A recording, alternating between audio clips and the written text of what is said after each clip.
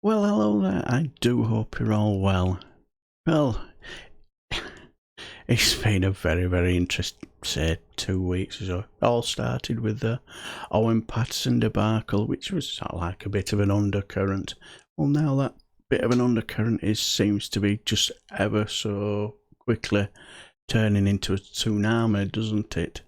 And seen in the last video where we talked about the revelations of the Jennifer Curry affair, and those diaries could be reopening an investigation into our bodger, our bumbling cockwomble, our Wurzel Churchill, our self-entitled Etonian prick Alexander Boris Johnson.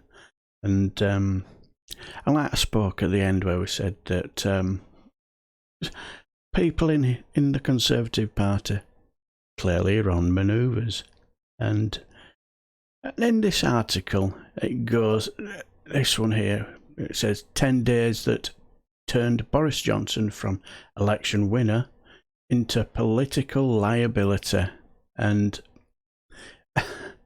in this article, it goes on about some of the high riders that are, let's be honest, they're on manoeuvres now.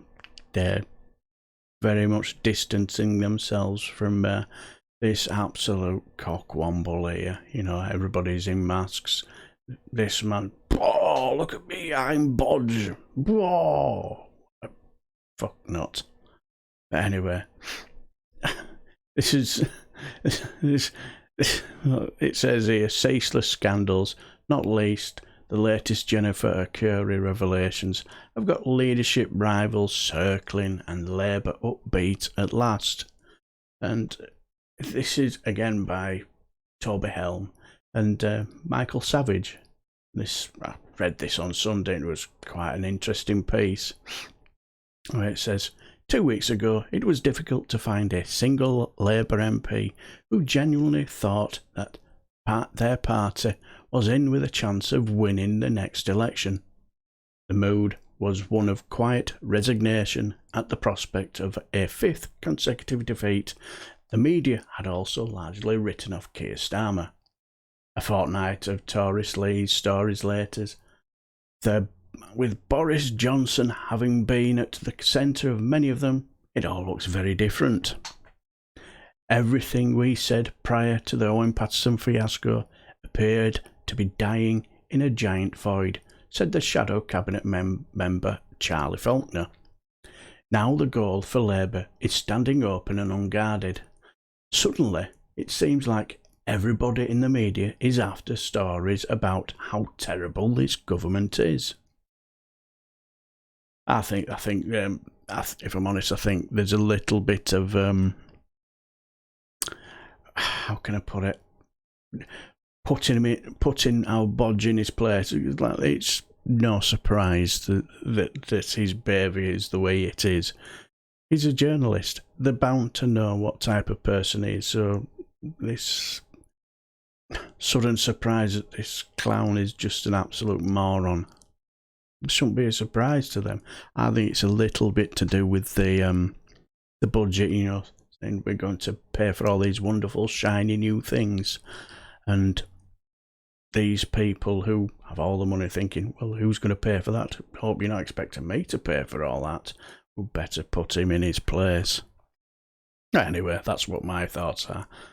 Anyway, we'll continue. A golden rule of fourth spin doctors, often attributed to Alistair Campbell, though he denies being the originator, should I say, is that if one particularly bad story is still plastered over the front pages 9 days after it first broke, then the person at the centre of the storm will be in terminal trouble. Saturday was the 10th day since the Paterson fiasco, in which Johnson tried to save his friend's career despite the latter's egregious breaches of Commons rules. And the sleaze stories were still coming from left and right, thick and fast.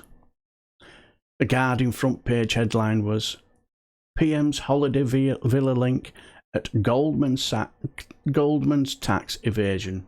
Yes, That's a bit of a mouthful. While the Daily Mail had a poll that was such bad news for the Conservatives that the paper splashed it across the front. After a week of sleaze, Labour race ahead of Tories by 6 points, says here, but I have my doubts whether that's you can take that as gospel. I've heard one, so who knows.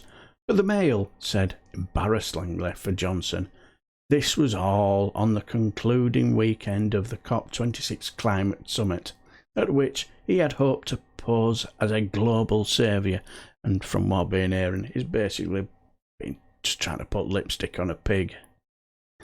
You know, saying, "Whoa, we've saved the day," and when clearly, when it came to fossil fuels, I don't think he has really, has he? But today, on it goes with the Observer's extraordinary revelations about Jennifer Curry's diary of her affair with Johnson when he was London Mayor. His ex-lover's apparently contemptuous notes show he overruled advice from his own officials in order to further her business interests and their relationship. In other words, his knob. I'll leave the vulgar jokes from now on. A poll for his newspaper, By Opinion, today also gives Labour a lead for the first time since January and shows Johnson's personal ratings plummeting new depths. Now it is the mood inside the Tory party that is depressed and very sour. Much of the 2019 intake, including those who won former Labour seats in the North and Midlands because voters liked Johnson's upbeat political celebrity brand much more than that of Jeremy Corbyn, are furious at being ordered to vote to save Patterson for no reason only than to be blamed for doing so by their constituents. For me personally, no sympathy for you.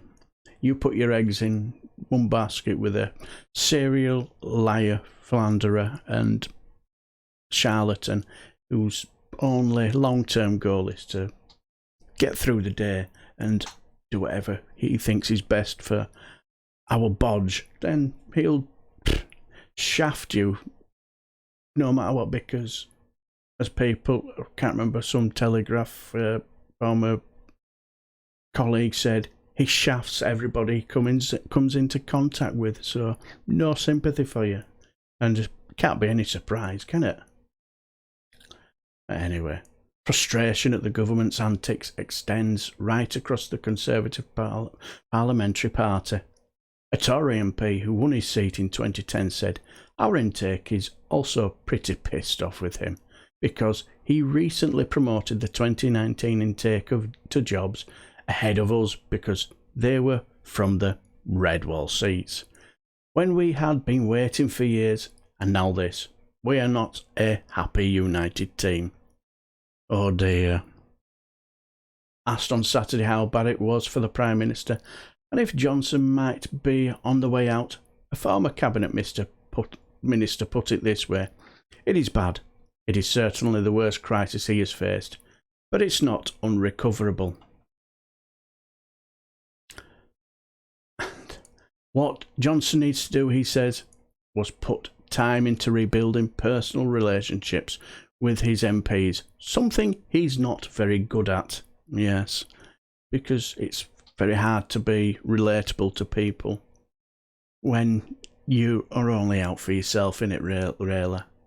And this is a man who finds lying as easy as breathing, doesn't he? So how can you believe anything he says? Inevitably, the Tories imploding. There is only early talks of rivals manoeuvring for Johnson's job. I mentioned that slightly yesterday in today's video. Last week, Rishi Sunak distanced himself deliberately from the Patterson mess, saying the party had to do better, though Sunak's own backing among the Tory grassroots have dropped off since his big state high tax budget. I think that's a bit of the know your place from the bigwigs at newspapers like the Daily Mail.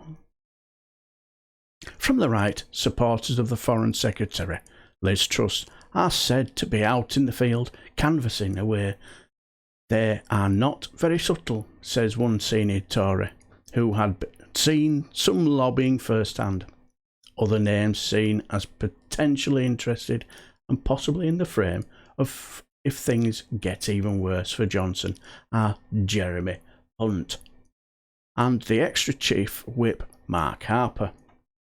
Labour, meanwhile, is finding its voice with its deputy leader Angela Rayner and chair of the Standards Committee Chris Bryant leading the anti-sleaze charge. If Starmer can win the trust of the electorate, his MPs know things can really begin to look up.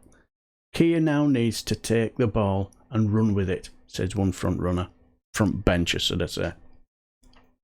For Johnson, there is no end to the trouble in sight. The Curie revelations are explosive. The Parliamentary Standards Commissioner, Catherine Stone, is still considering an inquiry into the refurbishment of the Downing Street flat. On a Wednesday, Johnson will appear before the Commons Liaison Committee to answer questions from senior MPs on sleaze and trust in politics in what promises to be a highly uncomfortable session in front of TV cameras, and I can imagine that will be very uncomfortable. I might just pop in and have a little watch of that. That should be funny. Soon the Prime Minister will have to act to limit second jobs for MPs, which are feeding a daily production line of sleaze stories. But doing so will bring more political problems for the man who himself earned £1.6 million as a backbencher from outside work. He can't win with his MPs, said a former minister. Whatever he does to limit second jobs, he will anger huge members of us who have them. In the space of less than a fortnight, Johnson has gone from being viewed as a winner both at Westminster and in the country to being seen as something of a political liability by his own MPs. Another former minister described him as a publicity phenomenon. That's a straight publicity. I've never heard that word before. That sounds... might have to remember that one. Publicity phenomenon, which is how he got the 80-seat majority. Now that people have begun to see through the act, he suggests that could be that. He squandered that, the former minister added. He looks dodgy. It's like having a drift in the ceiling and you think, oh, I can live with that for a bit. Then the whole fucking ceiling comes down and you think, I wish I'd dealt with that. Voters don't seem to care, then suddenly it all catches up with you. The troubles with the economy are going to mount up. Levelling up is a slogan and not a policy. Global Britain is a slogan and not a policy. He just looks shallow. Well, he's always been shallow, but... Another influential Tory was equally doom-laden. Boris has forgotten what being a Conservative means. Now, this is where I read it, I took issue. Was Boris ever a Conservative? Let's be honest. I remember the scandal of Cecil Parkinson. He was a future Tory leader, possible future Prime Minister, then got caught with his pants down, with his secretary, made her pregnant, then with a woof. Political career done, dusted. He must be spinning in his grave, thinking, God, I'd love to be a Conservative in this party then. Look what I could have got away with. So was he a Conservative? Because when it came to scandals, they resigned. I don't know, but I've just found that statement odd. Boris has forgotten what being a Conservative means. It started with parking tanks on Labour lawns as a bit of a PR exercise, which was clever, strategic stuff, but it's gone to his head.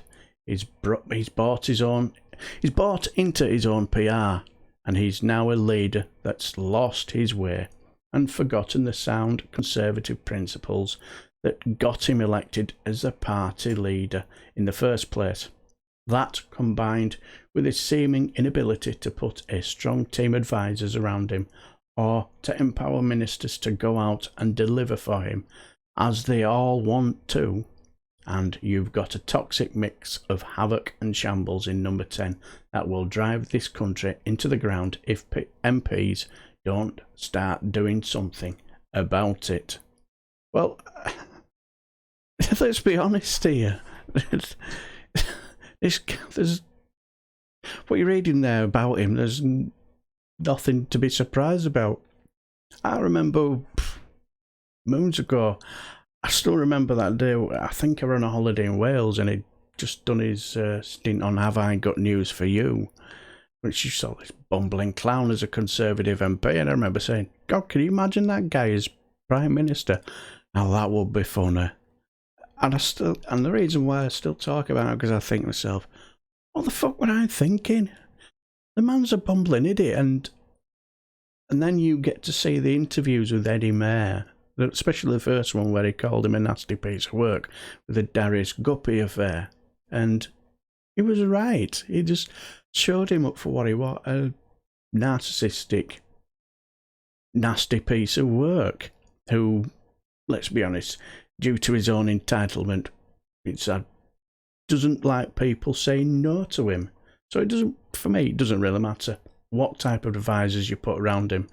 He's very much his own man, and he'll just, when he gets into so much trouble, he'll just try turning on the charm, and if that doesn't work, he'll go into the cupboard and bring out his and go on manoeuvres in fancy dress with a name tag on him, and trying to pretend to be some sort of doctor or something with some PR shoot to make it look as though he's all concerned for the nation. But yeah, I'm starting to think that I think he is in the spot of bother now. These stories don't seem to be disappearing, and you can see that they're now trying to basically push other MPs from other parties into the same field. Keir Starmer went for a second job, and to the latest one where they're trying to say, well, what about David Lammy on LBC? He has a show on at the weekend. And somehow I don't think that's in the same field as trousering millions of pounds of money on another island working for another government. But yeah, so I suppose desperate calls for desperate measures, I suppose. But anyway, what do you guys think? I shall leave the video here, and until the next time I shall bid you farewell. Take care.